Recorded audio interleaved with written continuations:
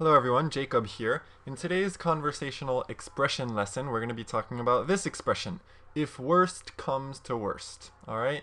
And we use it just like this, just like a lot of the other conversational expressions that we saw before a sentence. So you would say, if worst comes to worst, and then you would say a full sentence, alright? And in Korean this means 최악의 경우에는, alright? And basically we use this to kind of talk about what you would do if the worst possible thing happened. Okay, worst, remember, means 제일 나쁘다. All right. So let's just go ahead and look at some examples. I don't have enough money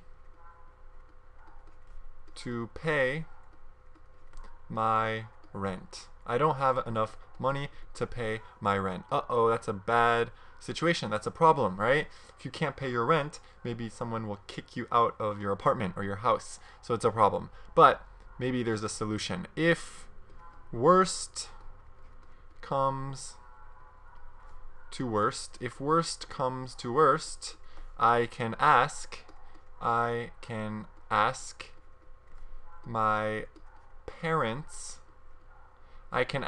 parents for help.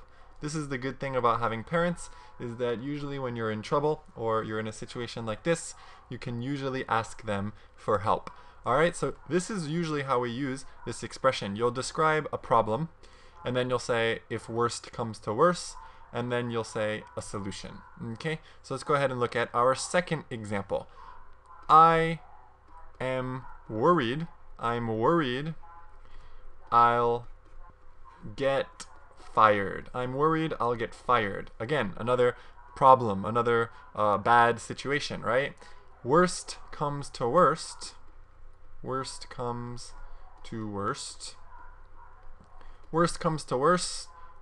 I'll just find